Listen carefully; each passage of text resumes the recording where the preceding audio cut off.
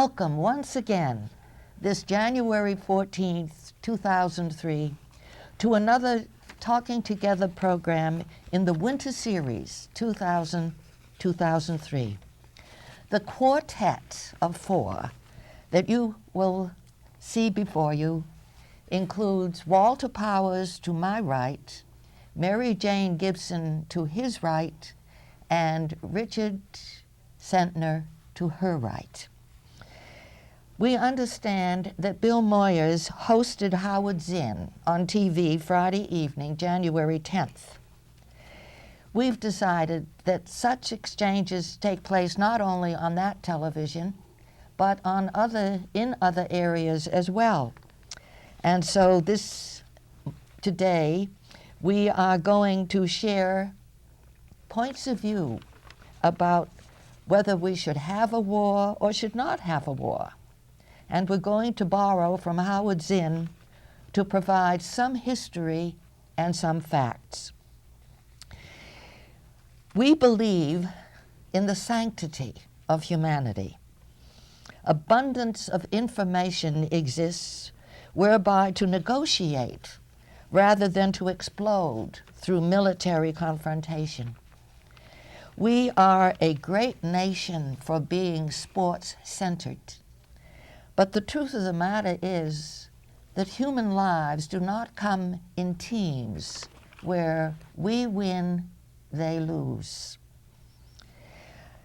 Children as young as 7 years old who have been interviewed by journalists have told them, war is no good.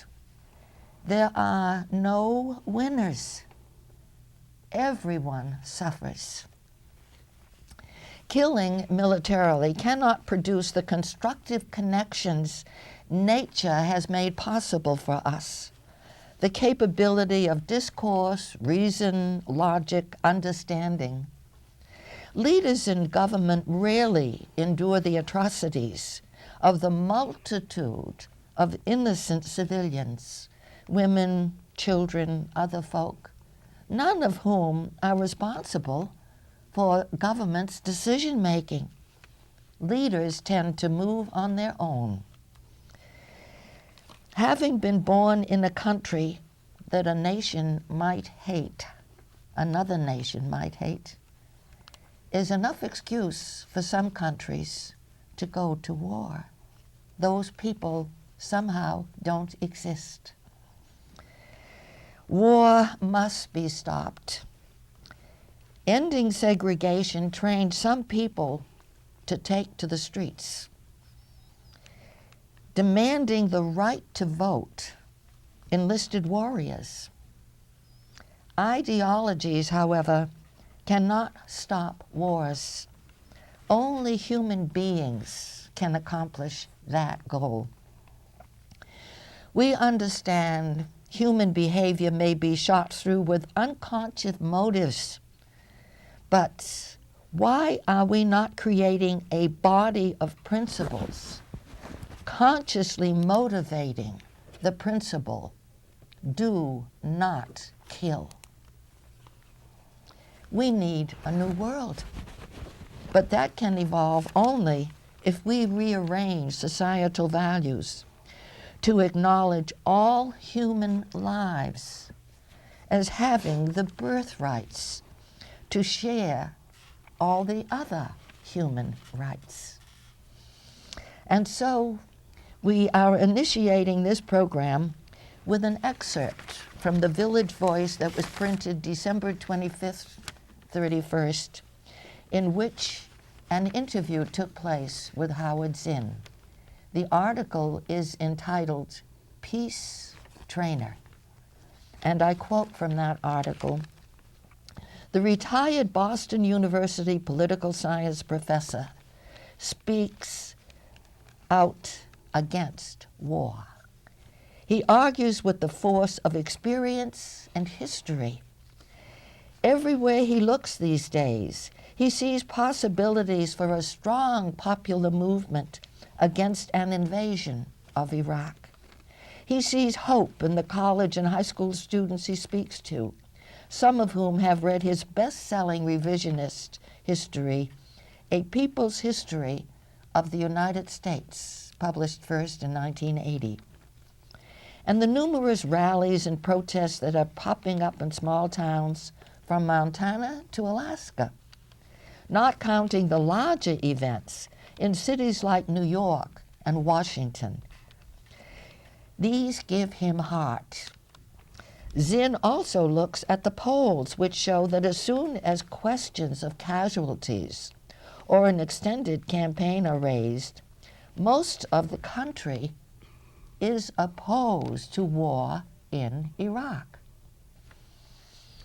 Quote from Howard, "There are large numbers of Americans whose support for war is easily punctured by facts, by new information." And so the four of us are hoping we can provide you with some facts and some information perhaps you haven't been able to attain. I like the results of that poll, Ethel. Looking at the Cape Cod Times the other day, Bush retains powerful image. It seems that, but my question is, where is he leading us? And are we given a thoughtful, cogent rationale for his direction? And then again, another headline, Bush rallies nervous troops. President says war will be the last resort, but bolsters his case for combat against Iraq. And briefly, he says Iraq is a great threat to the United States, and Saddam Hussein has publicly proclaimed his hatred for our country. Saddam has used weapons of mass destruction, has defied UN resolutions that he disarmed, and most recently did not even attempt a credible declaration to the United Nations on his alleged stockpiles of weapons and his program to develop more. And we'll be talking about the 12,000 pages of documents that Iraq did submit. He concludes, "If force becomes necessary to secure our country and to keep the peace, America will act deliberately, America will act decisively, and America will prevail because we got the finest military in the world," Bush said. And to complement that, here comes Rumsfeld when he says, "We can fight on two fronts, could face two wars, Iraq and Korea." We'll come back to the 12,000 pages and just how well or not well Iraq is cooperating. But in the meantime, Actually, Walter, I'd like to take a contrary view to something that Ethel read when it said that everybody suffers in a war. And I think looking at it over the long term, that's probably true. But one of the things that makes the proposed war insidious is that we are removed from the suffering. We don't have a draft, so only the volunteer army goes. No one at this table knows anyone who will go to Iraq. Is that true? Yeah. We're not related. We don't have a nephew or a grandson who will go. The Bush administration has failed to ask Americans to sacrifice in any way. We don't have to conserve gas or ration butter as we did 50 years ago. They have a cavalier attitude toward deficits and don't mind piling up deficits for our children and grandchildren to pay, hiding the costs of war and postponing it to the future. So one of my resentments about this war is that we are, in a sense, getting it on the cheap, that we are not paying now and that we are not suffering and our own children are not going. And I think that's part of a deliberate plan to keep us from sharing the sacrifice. And therefore, the pain comes later. Mm-hmm.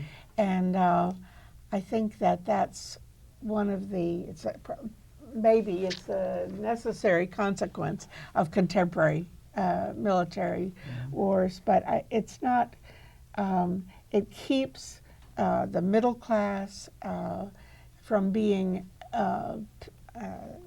personally involved and engaged and dreading it, except on an intellectual level. But I do want to make one positive point. Having brought you down with that, I do want to, I was very heartened to read that the Guardian, which I think was the Manchester Guardian, wasn't it? Is that a new, do they just call it the Guardian now? Said recently, the tide after all appears to have turned. What limited enthusiasm there was for invading Iraq ebbs slowly away in today's papers. That, in any case, is a hope. Well, I actually think it's, the poll numbers, I think, are a little misleading. I mean, the United States is the only country in the world where the population, according to polls, is actually in favor of the war. And this is a result of a very concentrated campaign of fear. And this is something that the policymakers in this country have become very adroit at over the years. When I can remember back in the 50s, my own father was building like a fallout shelter in the basement, you know, and you go to school and they'd show you how you could huddle under the desk in case the Russians were going to, you know, drop the bomb or something. And this is something that's been going on for a very long time. And that's the real difference between this country and, say, Iraq's neighbors.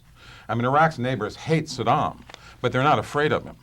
The only people in the world that are afraid of him are the American people. The American people are probably the most terrified population on the face of the earth. And you go back to the 80s, the tourism in Europe practically collapsed because Americans were afraid to travel to Europe because of the hijackings that have been taking place, you know. The whole business about crime is another example of where Americans are just terrified of crime, despite the fact that the crime statistics have been going down for years. And this isn't being done by any accident. It's the result of a very concentrated campaign. You might remember back in the 80s, there were supposed to be Libyan hit teams roaming in Washington trying to, you know, knock off our president.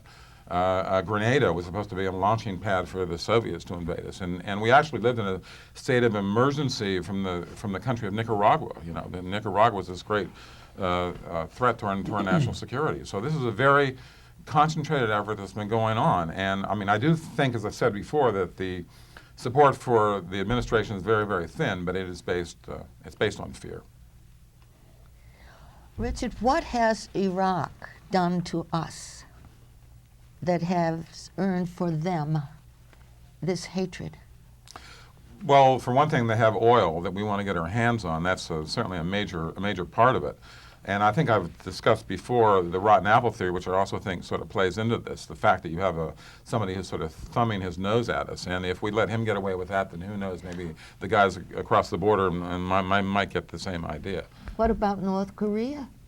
North Korea doesn't have oil, and they also are a completely isolated a country that, you know, if there were some sort of a war there, an awful lot of people would end up getting killed. There's no question about it. But what North Korea does is expose the fraudulence of this coming war with Iraq. That's the point. That's what it does, absolutely. There's no question about it. I mean, from the standpoint of weapons of mass destruction, North Korea is a much greater threat than Iraq. Yes. Absolutely. I guess my difficulty is trying to reconcile some sense, but I can't.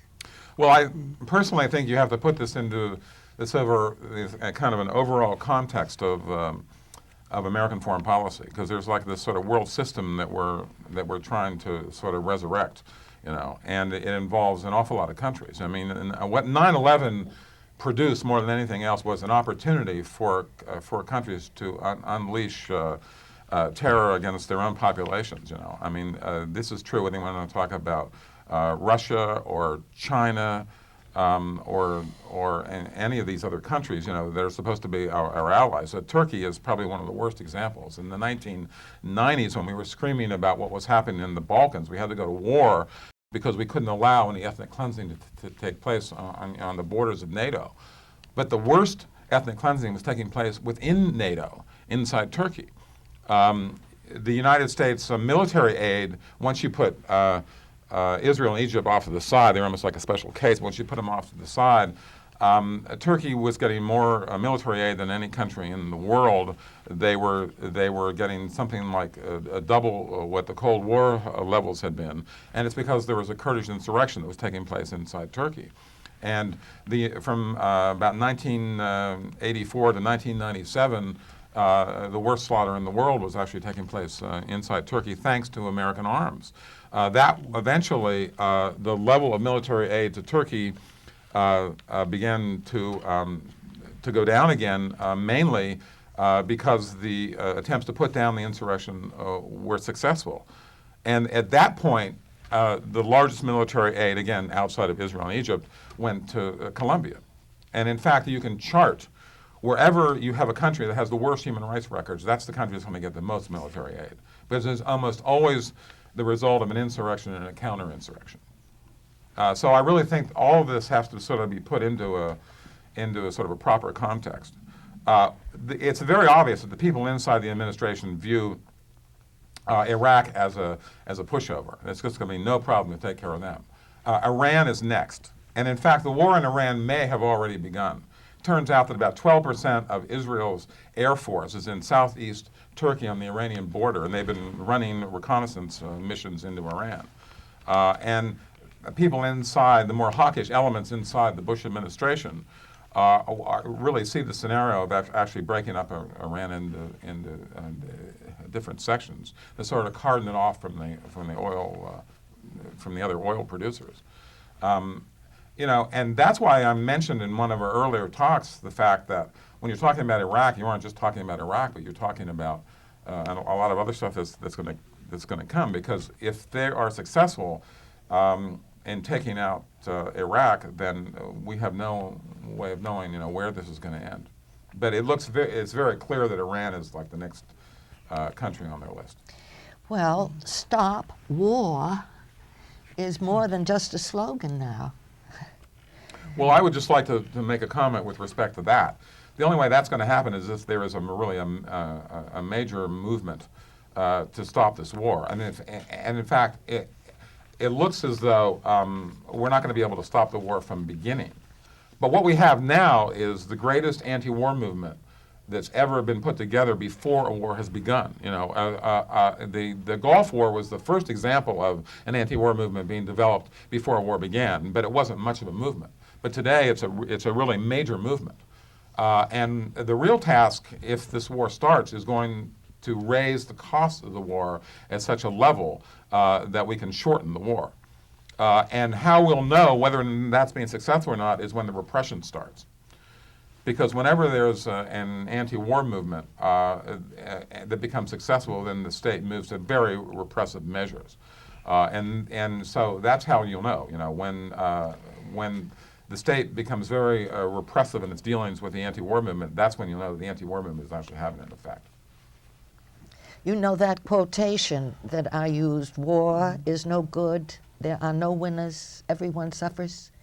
That came from a book that was published, Children in War, by the Raymonds. And they did a documentary for HBO and received the award for it.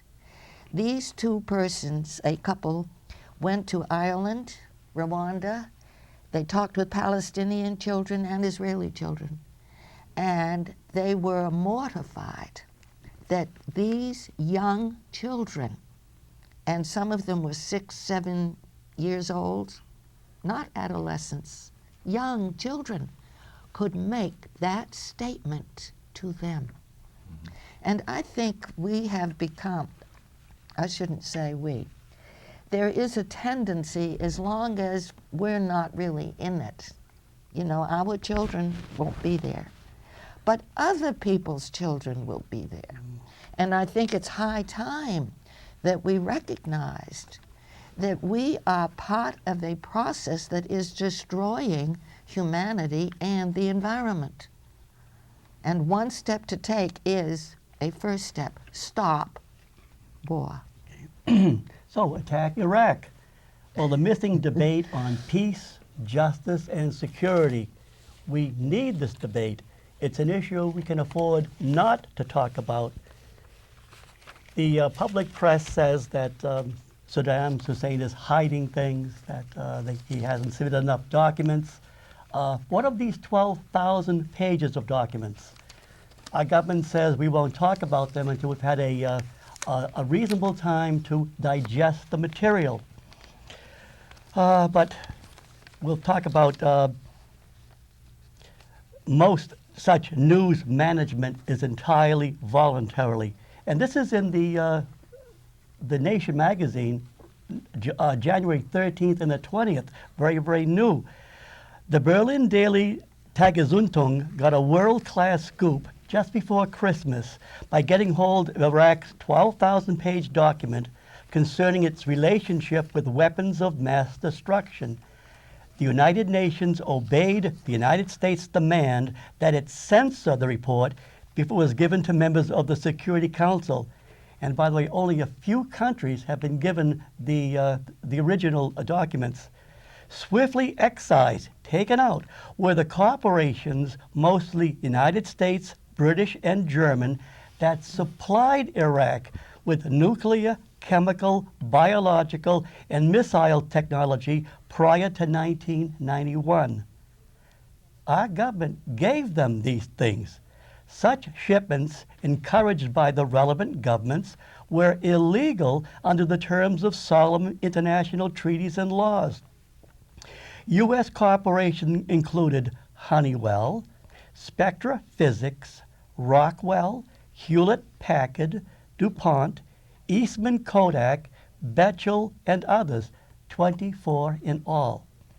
In addition, the United States Departments of Defense, Energy, Commerce, and Agriculture were designated as suppliers. A big story? Well, you might think so. The European Press covered it. Amy Goodman on Democracy Now! Covered it. We can get her on WOMR on Tuesdays, Wednesdays, and Thursdays at 4 o'clock. And the interviewer, Alexander Cockburn, he said, I heard a good interview on CBS Radio with the journalist who got the scoop. The London Independent ran a story on December 18th, but the U.S. corporate press, nothing that I can find. Have you heard of these before? No. Oh. I just wanted to bring today a website for people, for our viewers who may be computer literate and who use the web for their information. There's something called moveon.org,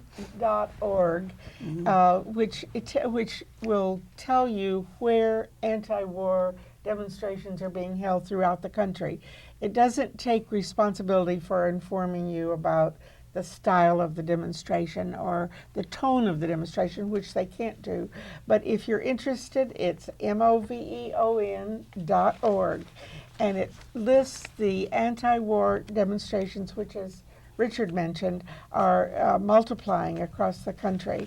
And readers who are not computer literate could call me. And I will tell you where these are going to be held. I don't know that the Cape has been listed in this, but I know that there eventually will be, and our local press will cover it. But one of the features of knowing this is to get a sense of the small towns across the country where real demonstrations are being held weekly. And of course there will be a very large demonstration in Washington next week, next Saturday, the 18th. And those who would like to participate in what will be a giant demonstration, I think, should go to Washington. There was an interesting letter to the Times touching upon the questions we've been thinking about. And this was a letter from a person in Herndon, Virginia.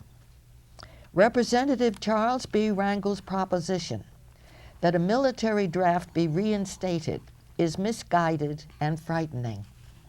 His suggestion that our drafted sons and daughters would bring a greater appreciation of the consequences of decisions to go to war raises cynicism to a new level. A draft of our youth to fight in a war that many have questioned is morally reprehensible.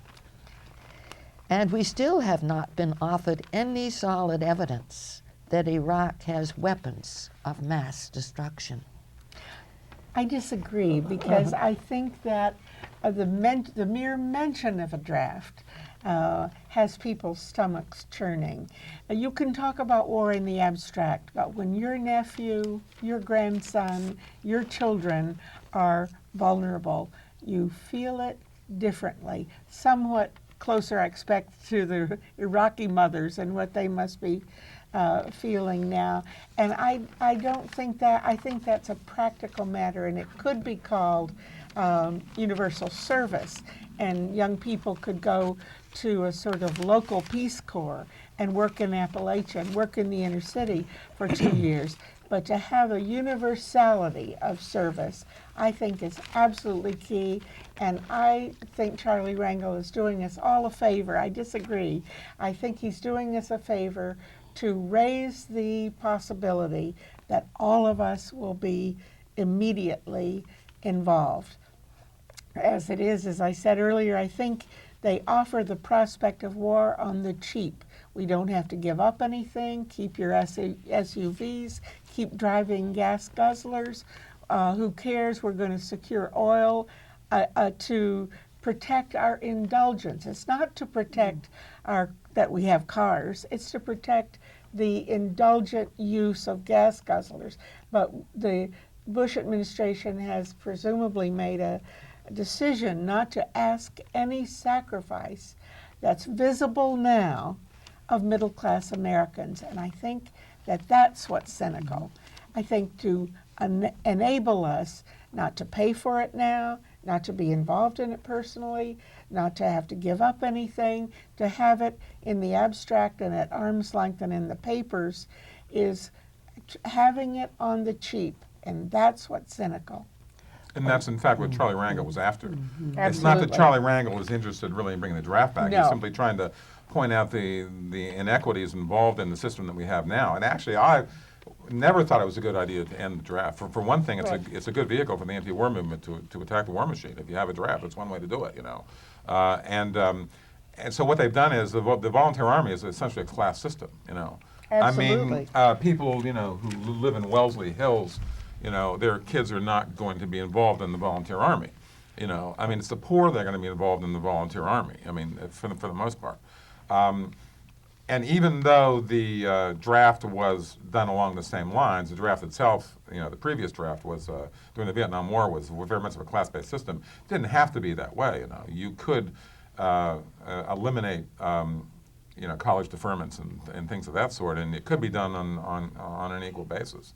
But I mean, I agree with everything that you've said about that. I mean, and I know that Charlie Rangel was not interested in bringing the draft back, but he was very upset with the fact that it's the poor that once again are going to be waging this war.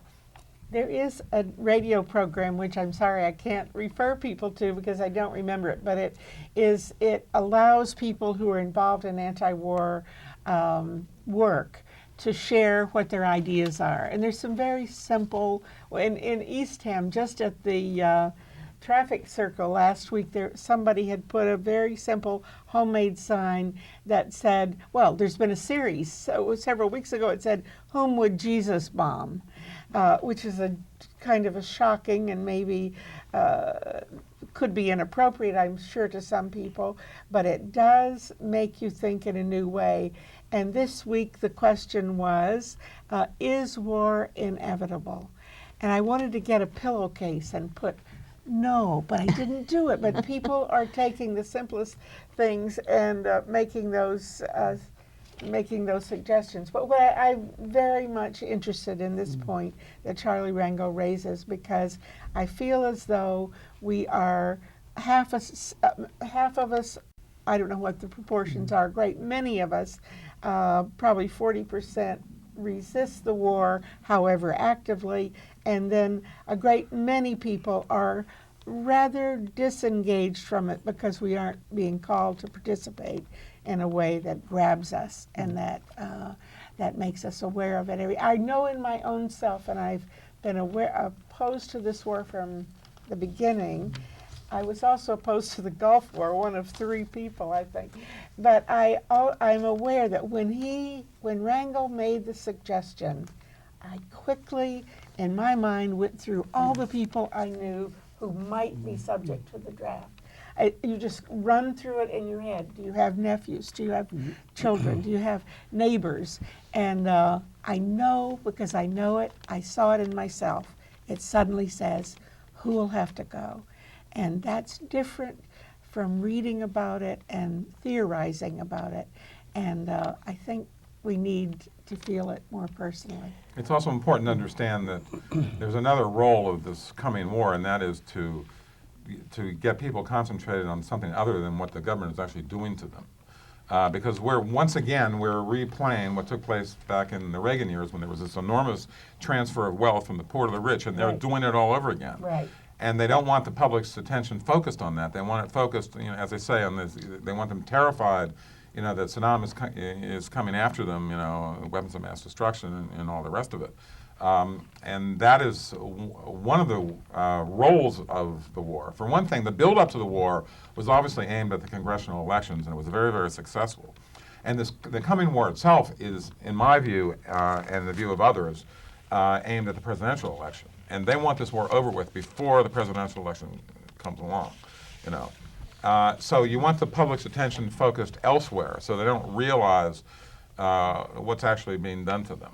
And I think one of the real problems that we have in this country is that there is this sort of, what you might call a sort of lower expectation umbrella, where the American public has come to expect so much less from their society and from their government that they've been willing to accept a sort of lesser lot in life.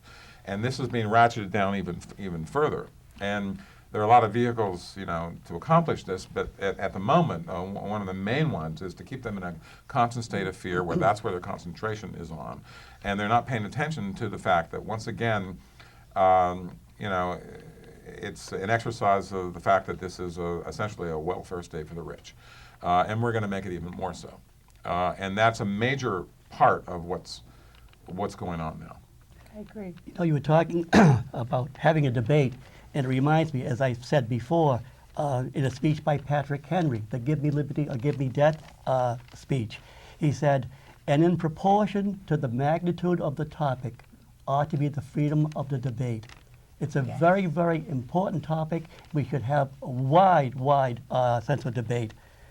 Talking about the draft, civic responsibility, leadership responsibility. I was really taken by this. Bush sticks to his word on smallpox shot. We all got our smallpox shots years ago. It didn't make the headlines, but nevertheless, Bush said that the vaccine would be mandatory for those forces in high-risk parts of the world. Quote, as Commander-in-Chief, I do not believe I can ask others to accept this risk unless I am willing to do so, he said at the White House on December 13.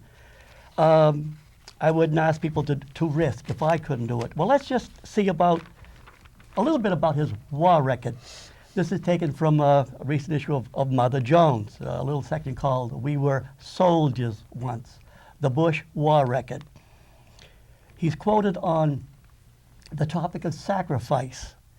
He says, quote, I've been to war, I've raised twins. If I had a choice, I'd rather go to war. That's from the Houston Chronicle, January of last year.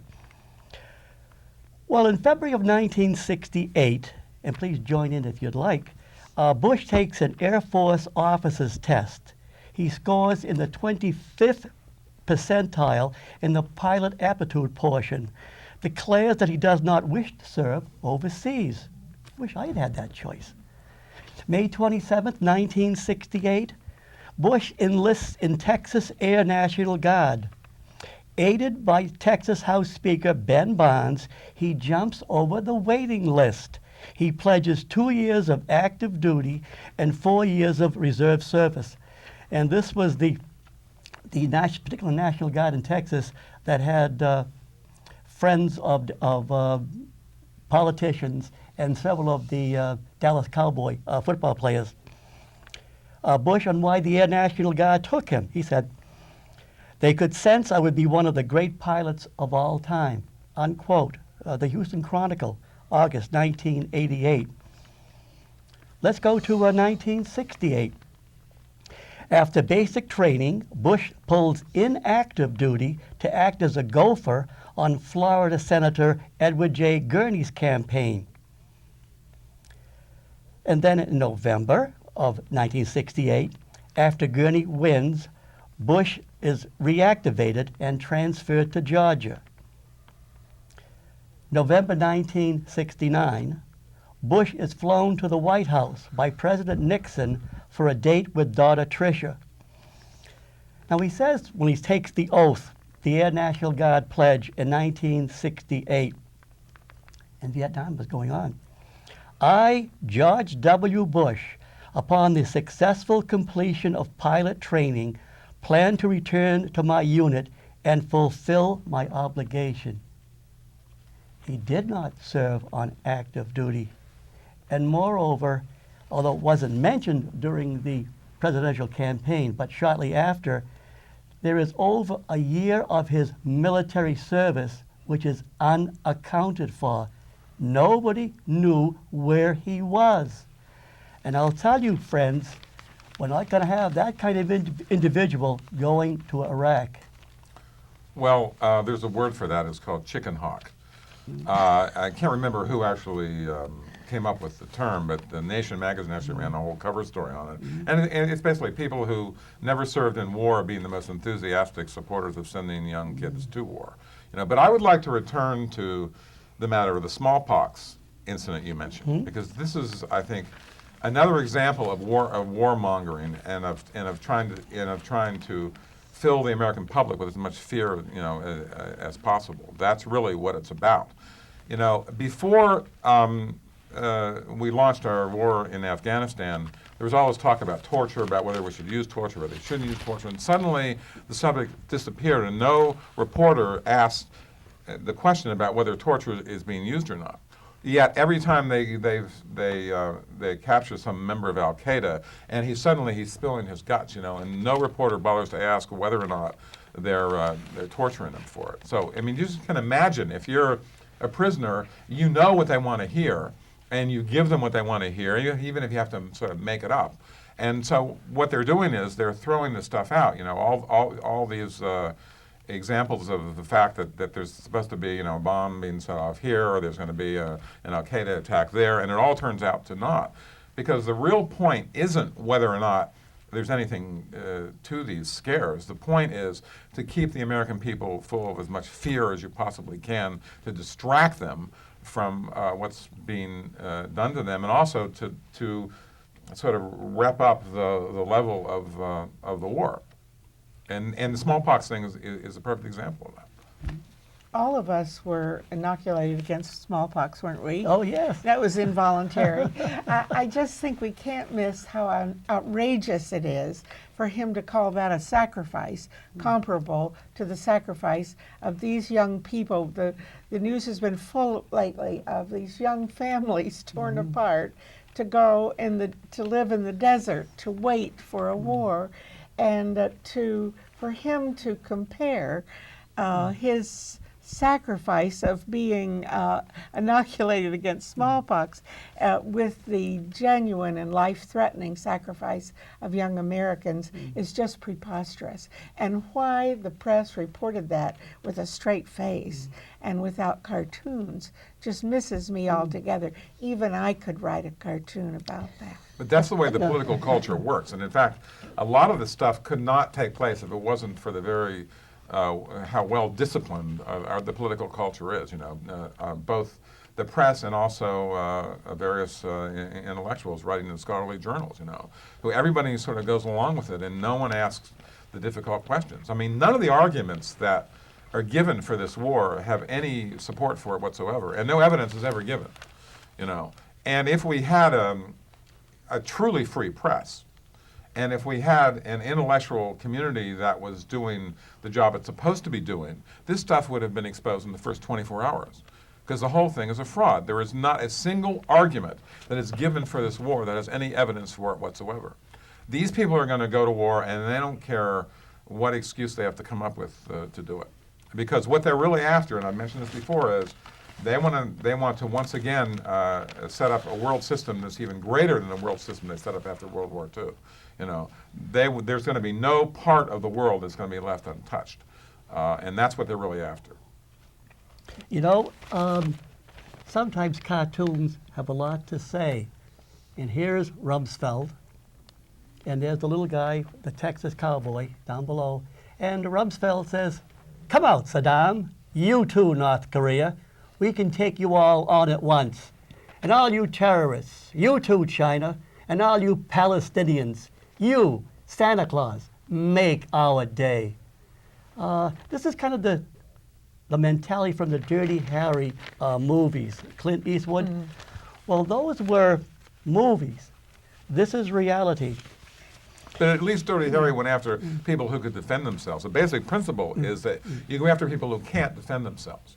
You know, there are countries that have nuclear weapons.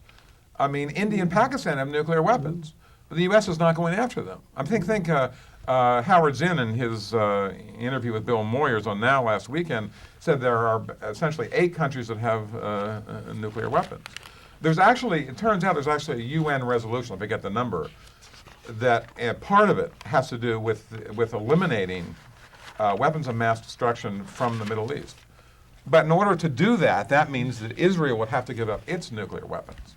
Now, the United States could not acknowledge that Israel has nuclear weapons because back in the 1970s, there was a congressional law that was passed that said that the U.S. cannot give any military aid to any country that has nuclear weapons. And so the way they play that game is that we just don't acknowledge that Israel has nuclear weapons.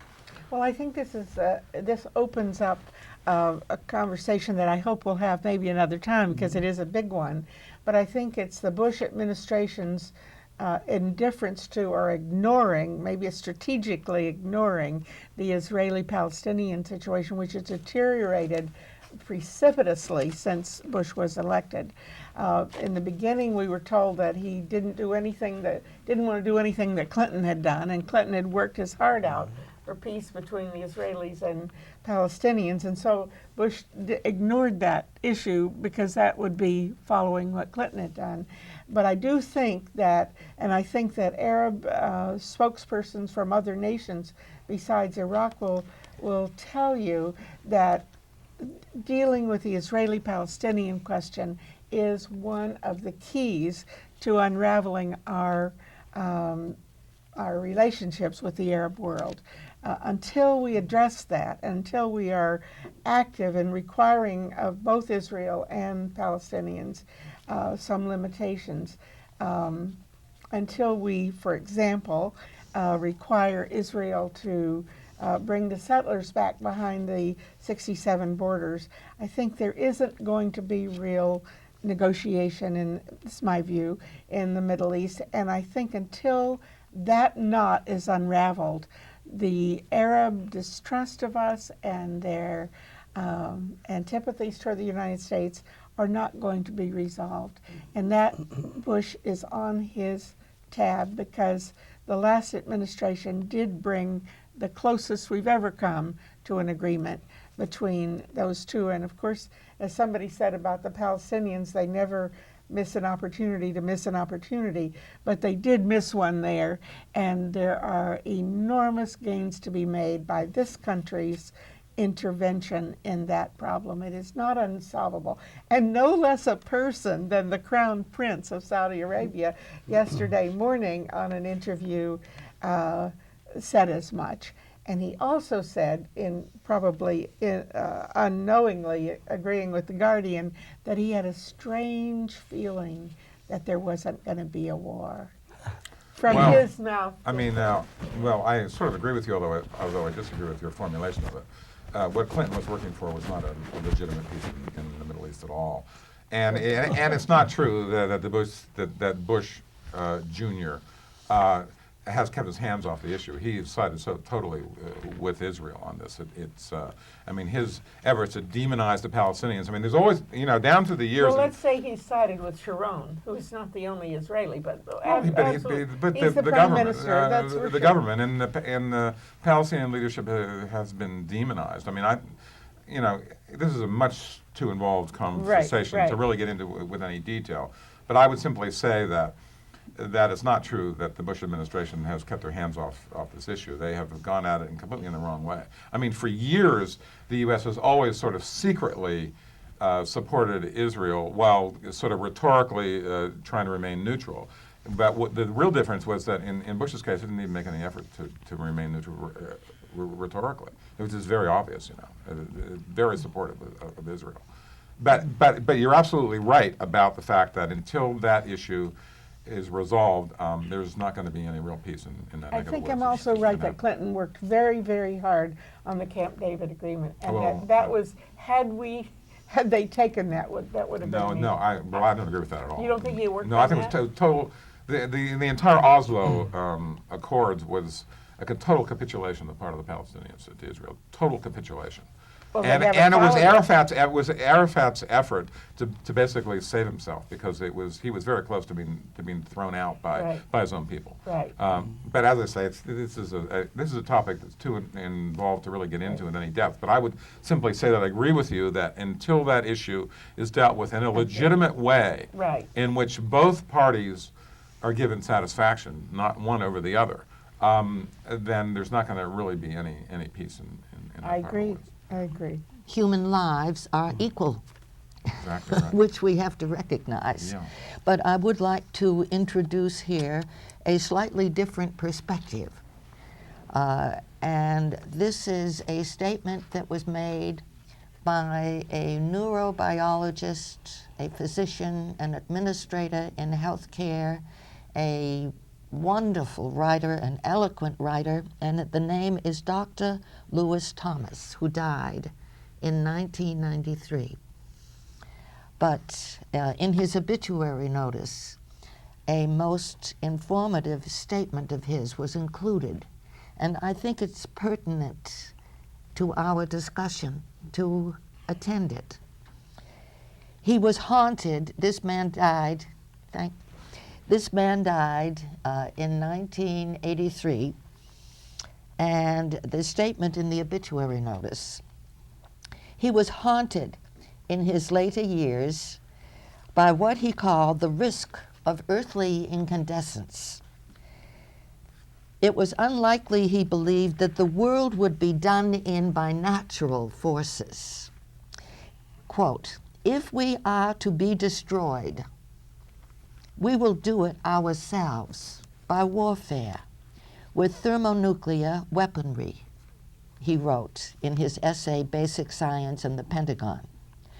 To him, the military's term, unacceptable damage, was itself unacceptable because, he wrote, it carries the implication that there is an acceptable degree of damage from thermonuclear bombs. Damage, he wrote, was also the wrong term, and words like disaster and catastrophe were too frivolous for the events that would follow a nuclear war. Individuals might survive, but survival is the wrong word, he said. There exists no medical technology that can cope with the certain outcome of just one small, neat, so-called tactical bomb exploded over a battlefield, he wrote.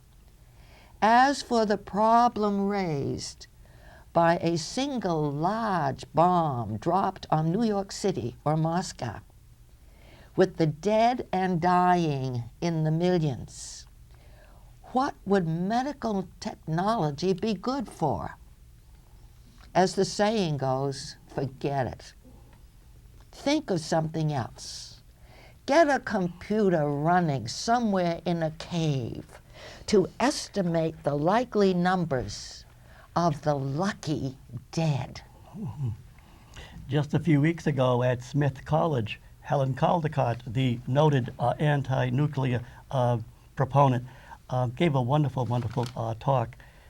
She talks about the Holocaust and, thinking the unthinkable. But ironically, it is our country that has all the bombs, the superfluousness of them. But the nuclear war, killing. America has a preoccupation with murder. Watch television. We have 4 times the rate of murder in Europe. We have whole shows devoted to murder. CNN, the war in Iraq. And all of a sudden, war and other television shows become the same. Not real people. It's like children playing their deadly games. They're not killing real people, but somehow or other, I believe, their psyche is being damaged. We talk about not human beings, but collateral damage.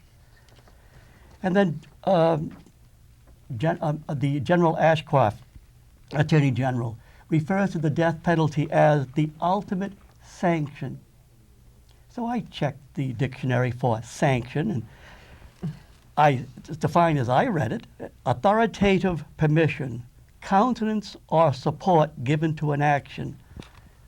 Well, not in our name should we murder innocent Arabs.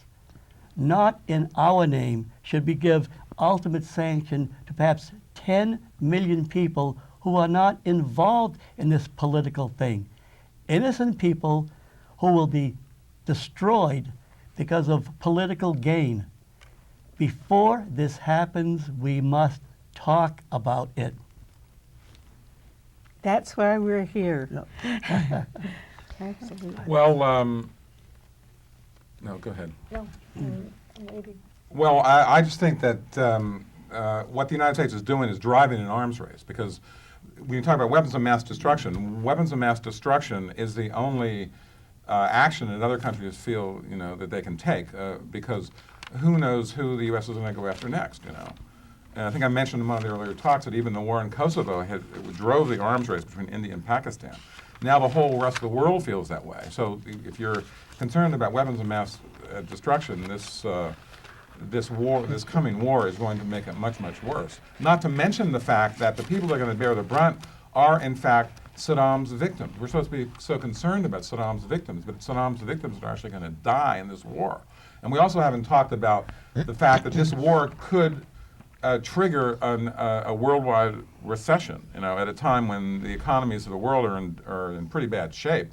Things could get an awful lot worse, as a result of it. There are, of course, people in this country that are going to make a killing on the war. The whole Pentagon system, which is basically, they talk about the military weapons and the military technology, but military technology is just a cover for high technology. It's basically, and our industrial system just has the military. The Pentagon system is just sort of a cover for it. So there are people who will make a killing on it, but for the most part, it's going to be a disaster for almost everyone in the world. And this business about the arms race is a very, very important aspect that we need to keep in mind here. That this is, we'd hope when the Cold War was over that suddenly the threat of a nuclear war would diminish, but the truth is that it's actually gotten worse, and it's not. A missile defense system is not going to help matters at all. In fact, it simply drives countries to be able to overcome it. And we've also talked in the past about the fact that the real threat is, somebody putting a nuclear weapon in a bale of marijuana and floating in the New York Harbor. I mean, that's the real threat. So you have all these different aspects that need to be taken into consideration. But I just have to come back finally to the fact that what they're really about here is terrifying the American public. And if the anti-war movement can overcome that, if we can break through that with information about how, there's just no reason for this war, then the war it can be stopped. If it starts, it could be stopped. Richard, I don't want to interrupt you, but Sure. we are short of a few minutes, and we do have to conclude the program. And I would like to conclude it with some words from Howard Zinn. War always has unintended consequences. You start a war, you never know how it ends. Another point, by now we have reached a point in human history when the means of war have become so horrible that they exceed any possible good that can come out of using them. Since World War II, war has taken its toll increasingly against civilians. In World War I, there was a 10-to-1 ratio of military personnel killed versus civilians, whereas in World War II, that ratio got closer to 1-to-1. And after World War II, most of the people who have gotten killed in wars have been civilians. And by the way, I don't want to insist on the distinction, and this is something to think about, between innocent civilians and soldiers who are not innocent. The Iraqi soldiers whom we crushed with bulldozers toward the end of the Gulf War in 1991, in what way were they not innocent? In war, you kill the people who are the victims of the tyrant you claim to be fighting against. That's what you do. And wars are always wars against children. In every war, unforgivable numbers of children die. This brings me to the last general point I want to make. We ought to remind our neighbors, remind our friends, remind everybody we can that if we really believe that all people are created equal, we cannot go to war. If we really believe that the children of Iraq have as much a right to live as the children of the United States, then we cannot make war on Iraq. And if we're going to have globalization, let's have a globalization of human rights. Let's insist that we consider the lives of people in China and Afghanistan and Iraq and Israel and Palestine, that we consider the lives of all these people equal to one another, and therefore war cannot be tolerated. Those are his words, and I think I speak for all of us when I say humanity has to take priority over politics. And peace is possible. Thanks.